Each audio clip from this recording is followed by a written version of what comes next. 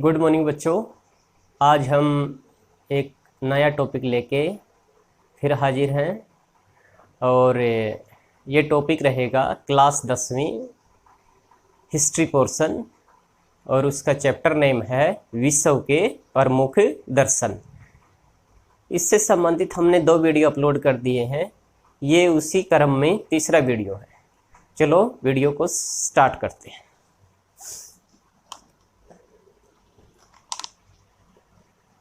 तो विश्व के प्रमुख दर्शन भाग 3।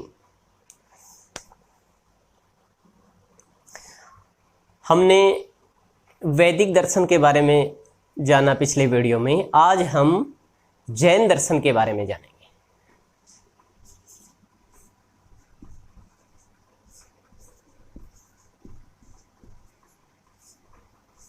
जैन दर्शन की अगर विशेषताओं की बात की जाए तो प्रमुख विशेषताएं इस प्रकार हैं। एक तो जैन दर्शन जो प्राचीन भारत में जितने भी प्राचीन अति प्राचीन दर्शन है उनमें गिनती होती है, तो हम लिख सकते हैं प्राचीनतम दर्शनों में से एक।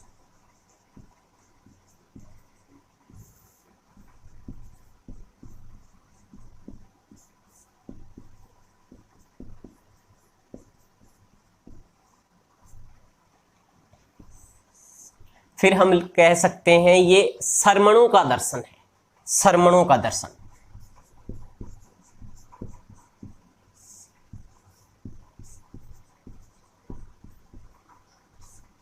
जो भी जैन धर्म को ग्रहण करता है, संन्यास लेता है, तो उनको श्रमण कहा जाता है। तो ये है श्रमणों का दर्शन। फिर है इसमें 24 तीर्थंकर हुए हैं। जैन धर्म में कुल तीर्थंकरों की संख्या 24 है। 24 तीर्थंकर। अच्छा, तीर्थंकर क्या है? इनको हम कह सकते हैं महान संत। जैन परंपरा में जो महान संत जिन्होंने अपने इंद्रियों को विजित किया है, जिन्होंने आत्म साक्षात्कार किया है, वो 24 हुए हैं और उनको कहा जाता है जैन परंपरा में तीर्थंकर। पहला तीर्थंकर था ऋषभदेव। कई बार पूछा जाता है एग्जाम में, पहला तीर्थंकर का, जैन धर्म के पहले तीर्थंकर का नाम बताओ, तो कौन? ऋषभदेव। ऋषभदेव का वर्णन ऋग्वेद में भी मिलता है। ऋग्वेद जो अपने बहुत पुराना साहित्य है उसमें, और सबसे प्राचीन जो ऋग्वेद है उसमें ऋषभदेव का वर्णन मिलता है। तो ये कौन से नंबर का है? पहला।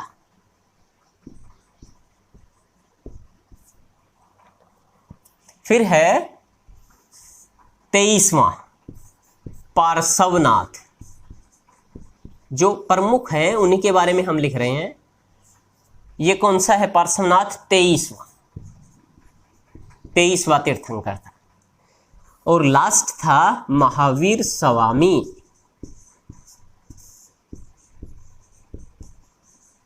महावीर स्वामी कौन से नंबर का? 24वां तीर्थंकर। तो हमसे क्वेश्चन पूछा जाए लास्ट तीर्थंकर कौन है, अंतिम तीर्थंकर कौन था, तो महावीर स्वामी। जैन धर्म का वास्तविक संस्थापक महावीर स्वामी को माना जाता है और ये काफी प्रसिद्ध भी हुए। हम इसकी जीवनी के बारे में पढ़ेंगे, क्या क्या इसने प्रमुख, इसके जीवन में प्रमुख घटनाएं थी, उनके बारे में आगे जानेंगे। तो जैन दर्शन की विशेषताओं में प्राचीनतम दर्शनों में से एक, इसको श्रमणों का दर्शन भी कहा जाता है। इस जैन दर्शन में 24 तीर्थंकर हुए। तीर्थंकरों का शाब्दिक अर्थ या फिर अर्थ कह सकते हैं महान संत जिन्होंने बहुत अच्छे अच्छे कार्य किए। और पहला तीर्थंकर था ऋषभदेव और 23वां तीर्थंकर पार्श्वनाथ और 24वां और लास्ट महावीर स्वामी। अब हम महावीर स्वामी के बारे में जानेंगे।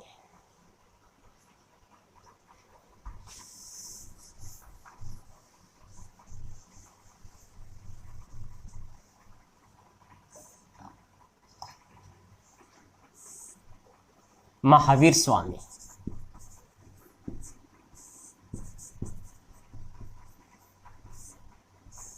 महावीर स्वामी का जन्म 599 ईसा पूर्व में, 599 ईसा पूर्व में।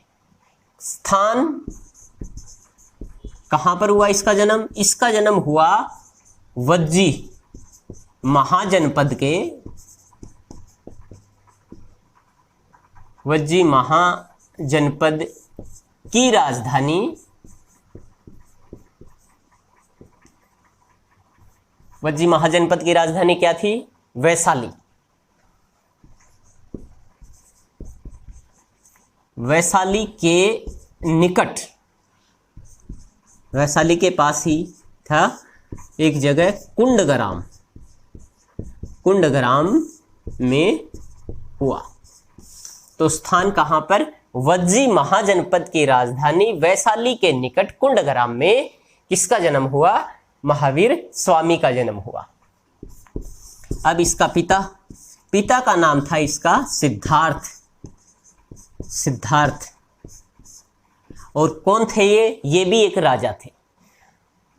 जो वैशाली थी इसके निकट कुंडग्राम था, वहां पर एक गणराज्य, एक छोटा राज्य था, उसका राजा था, और जिसको कहा जाता है ज्ञात्रिक कुल के मुखिया, कुल के मुखिया, या हम कह सकते हैं सरदार। माता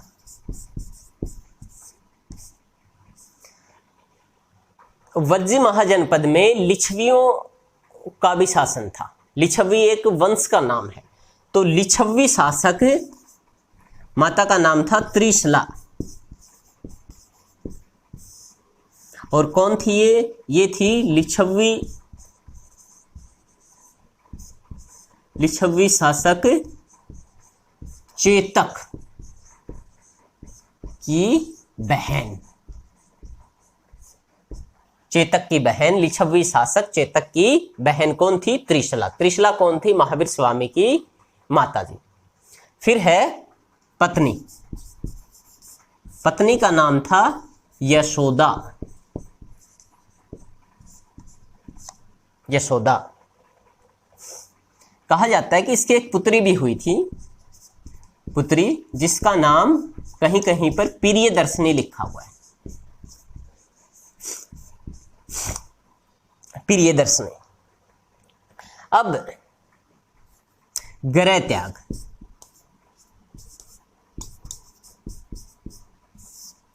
महावीर स्वामी ने 30 वर्ष की अवस्था में घर को छोड़ दिया था।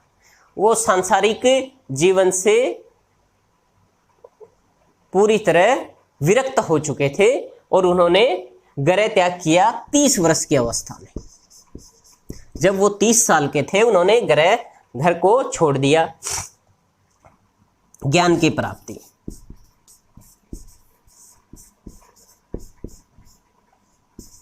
या फिर कवल्य की प्राप्ति। जैन धर्म में ज्ञान प्राप्ति को कवल्य कहा जाता है।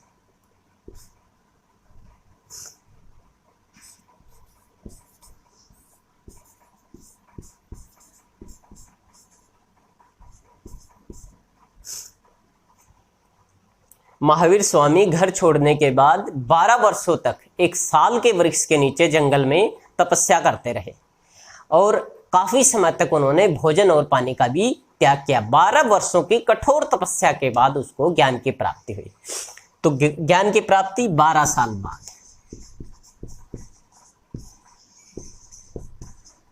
12 साल बाद। अब लगभग 42 साल की उम्र में उसको ज्ञान की प्राप्ति हुई।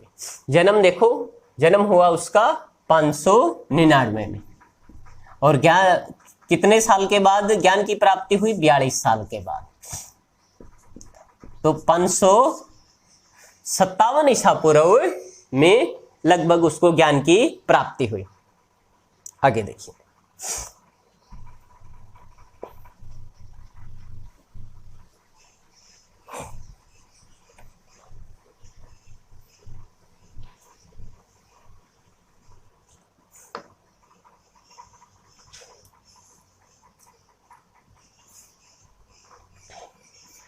फिर है निर्वाण,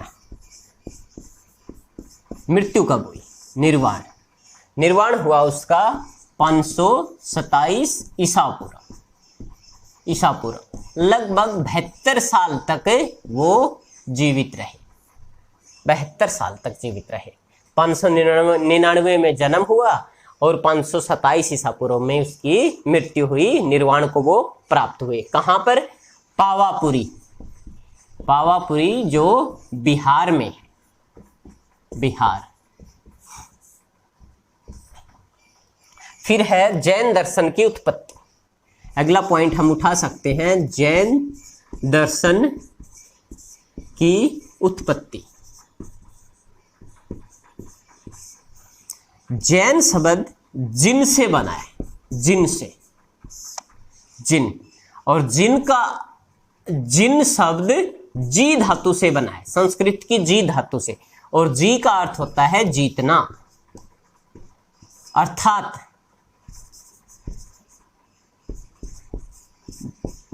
जिसने अपनी इंद्रियों पर विजय पा ली हो, विजय पा ली हो, उसको कहते हैं जिन, और वही जैन दर्शन में शामिल किया जाता है। जैन जिन शब्द से बना है, जिन जी धातु से बना है, संस्कृत की जी धातु से, और जिसका अर्थ होता है जीतना। अर्थात जिसने अपनी इंद्रियों पर विजय पा ली हो उसको जिन कहा गया है।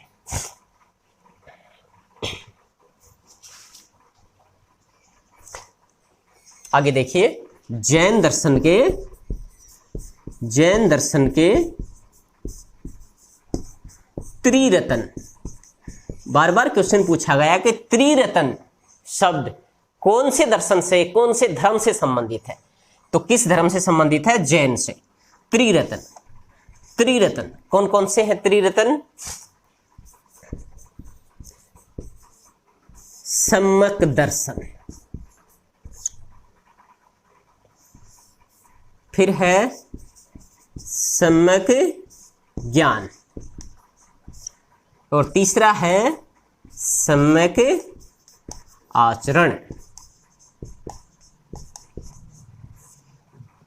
थोड़ा सा हम जानते हैं सम्यक दर्शन क्या होता है।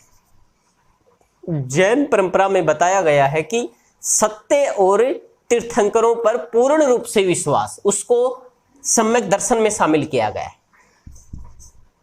जो सत्य है उस पर और तीर्थंकरों पर विश्वास।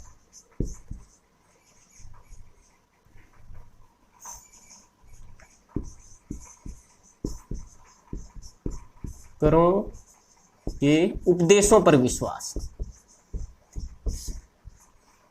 में पूरी आस्था।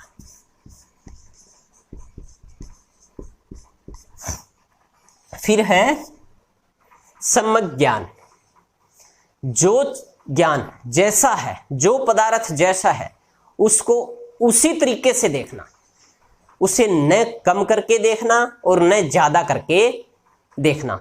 संदेह रहित वास्तविक ज्ञान। सम्यक ज्ञान क्या होता है? संदेह रहित वास्तविक ज्ञान, वास्तविक ज्ञान। फिर है सम्यक आचरण। सम्यक आचरण में अपने जीवन में अपनी इंद्रियों को हमेशा से काबू में रखना। अपने जो जीवन में जो भी हम प्रतिक्रिया करते हैं, जो भी हम काम करते हैं, समाज में रहते हैं, तो उस समय अपनी इंद्रियों पर पूर्ण रूप से नियंत्रण, इंद्रियों पर पूर्ण रूप से नियंत्रण,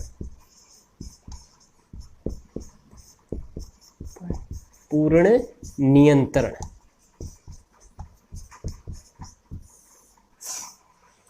तो त्रिरत्न कौन से हैं? सम्यक दर्शन, सम्यक ज्ञान और सम्यक आचरण। आगे देखिए,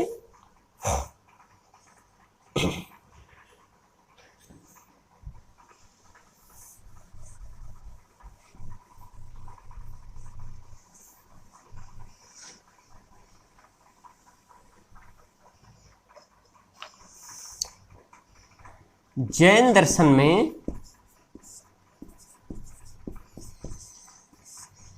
5 महावृत्त है। महावृत्त क्या होता है? इसमें 5 कर्तव्य बताए गए हैं और इनका पालन करके हम जीवन में कवल्य की प्राप्ति कर सकते हैं। पहला है अहिंसा, किसी भी जीव के साथ मन, वाणी या शरीर से हिंसा न करना। हिंसा, सत्य, हमेशा से सत्य बोलना। फिर है अस्ते, अस्ते का मतलब चोरी न करना, और इसका अर्थ होता है अमरीशा भी। सत्य का अर्थ क्या है? अमरीशा भी। और यह है अपरिग्रह, परिग्रह। अपरिग्रह का अर्थ क्या होता है? अपरिग्रह, वस्तुओं का अत्यधिक मात्रा में संग्रह न करना। हम जैसे देखते हैं आज के समाज में बहुत से लोगों के पास अत्यधिक धन है, जबकि कुछ लोगों के पास अपनी जरूरत की जो सामान है वो भी लाने में असमर्थ है। अपरिग्रह का मतलब जरूरत से अधिक वस्तुओं का संग्रह न करना। और लास्ट है ब्रह्मचर्य। ब्रह्मचर्य, ब्रह्मचर्य अपनी इंद्रियों को हमेशा से काबू में रखना, उसको वश में रखना। ये लास्ट का जो 5वां है, ये महावीर ने जोड़ा था। जो पहले 4 महावृत्त है, ये जो ऋषभ देव के द्वारा जो जैन दर्शन शुरू किया गया था उसके द्वारा अपनाए गए थे, लेकिन जो 5वां ब्रह्मचर्य है ये महावीर स्वामी ने जोड़ा था। फिर है जैन दर्शन की विशेषताएं।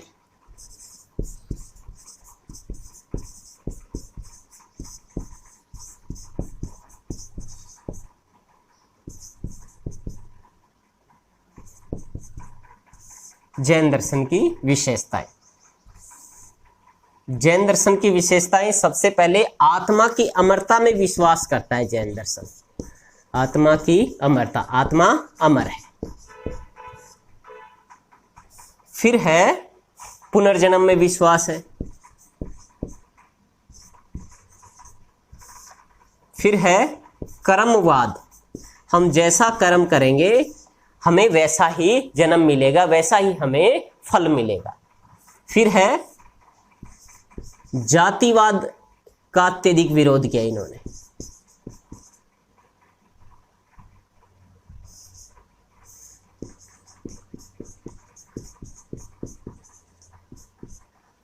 जातिवाद के साथ इन्होंने छुआछूत का भी विरोध किया, छुआछूत। फिर है नारी को अत्यधिक सम्मान दिया, नारी सम्मान। और हम देखते हैं कि जो जैन साध्वियों की संख्या जैन साधुओं से बहुत ज्यादा थी, लगभग 2 गुना। इस प्रकार आत्म कल्याण के लिए आदमी को उन्मुख करना, आत्म कल्याण के लिए व्यक्ति को उन्मुख करना।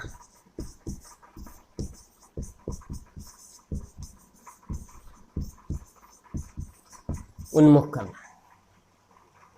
तो आज हमने जैन दर्शन के बारे में पढ़ा, और जैन दर्शन की विशेषताएं बड़ा इंपॉर्टेंट है। आत्मा की अमरता, पुनर्जन्म, कर्मवाद, जातिवाद का विरोध, छुआछूत, नारी सम्मान, आत्म कल्याण के लिए व्यक्ति को उन्मुख करना।